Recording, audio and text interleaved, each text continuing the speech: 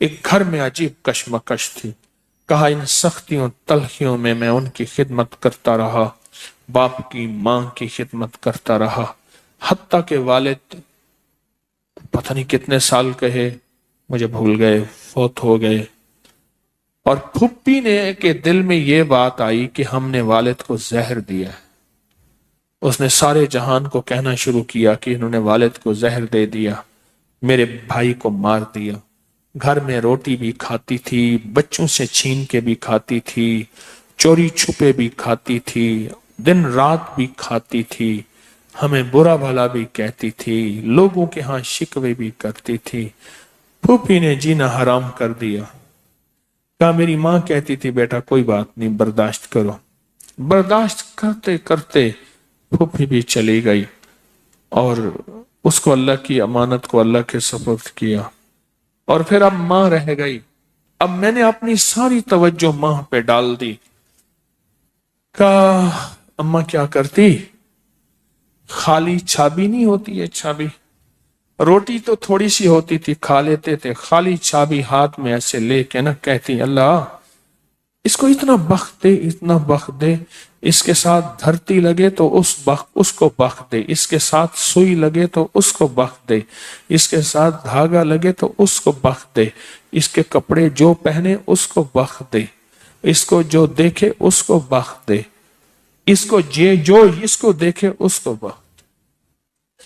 اماں چھابی لے کے مانگتی تھی، روتی تھی، اور بعض اوقات چھابی میں اماں کے بہت سارے آنسو ہوتے تھے. کہ بس یہ نظام چلتا رہا چلتا رہا. اماں بھی گزر گئی. اب اس کے بعد پھر میں میرے بچے، اب جو بخت کے دروازے کھلے، میں جس کو دیکھتا ہوں اس کو بخت، جو میرے کپڑے پہنتا ہے اس کو بخت، جس سے سوئی خریدتا ہوں اس کو بخت، جس سے دھاگا خریدتا ہوں اس کو بخت، جس کی جگہ پہ بیٹھتا ہوں اس کو بخت. بخت جب بیدار تھا بدبخت آنکھیں سو گئیں. خیال کرنا ابھی بخت بیدار ہے، کہیں بدبخت آنکھیں سو نہ جائیں. وہ دعاؤں کا ذخیرہ اس درجی کے پاس تھا، وہ دعاؤں کا ذخیرہ، پھپھی کی ناگواریوں کا ذخیرہ، ابی کی صبر کا ذخیرہ، پھپھی کی ناگواریوں کا ذخیرہ، اماں کے صبر کا ذخیرہ وہ ساتھ تھا. بس سہتا رہا چلتا رہا چلتا رہا. اللہ کے نام اعمال میں، اللہ کے نظام میں لکھا جاتا رہا. تجھے کوئی دعائیں دے نہیں رہا، نہ دے، میرے نظام میں تو ان لوگوں میں ہے جن کے ساتھ دعائیں ملتی ہیں، جن کے ساتھ دعائیں لگتی ہیں، جن کے ساتھ دعائیں لپٹ جاتی ہیں. تو ان لوگوں میں ہمیں دعاؤں کا ذخیرہ چاہیے. ہمیں دعائیں چاہیے کسی کی، ہم کسی کی دعاؤں میں آ جائیں. میرے حضرت فرماتے تھے نظر بد لگتی ہے نا کھا جاتی ہے، اس طرح اچھی نظر بھی لگتی ہے. تجھے کسی اللہ والے کی اچھی نظر لگ جائے، تجھے مرشد کی اچھی نظر لگ جائے، تجھے ماں باپ کسی درویش کی اچھی نظر لگ جائے، اور نظر تیرا کام بنا دے گی. جس طرح بری نظر کھا جاتی ہے، برباد کر دیتی ہے، اس طرح اچھی نظر آباد اور شاد کر دیتی ہے، مراد کر دیتی ہے. اس ویڈیو کو لائک اور شیئر کریں. اب کریے یوٹیوب چینل کو سبسکرائب کریں اور روزانہ زیادہ سے زیادہ سبسکرائب کروائیں. آپ دوسروں کے لیے صدقہ جاریہ بنیں گے. اللہ پہلے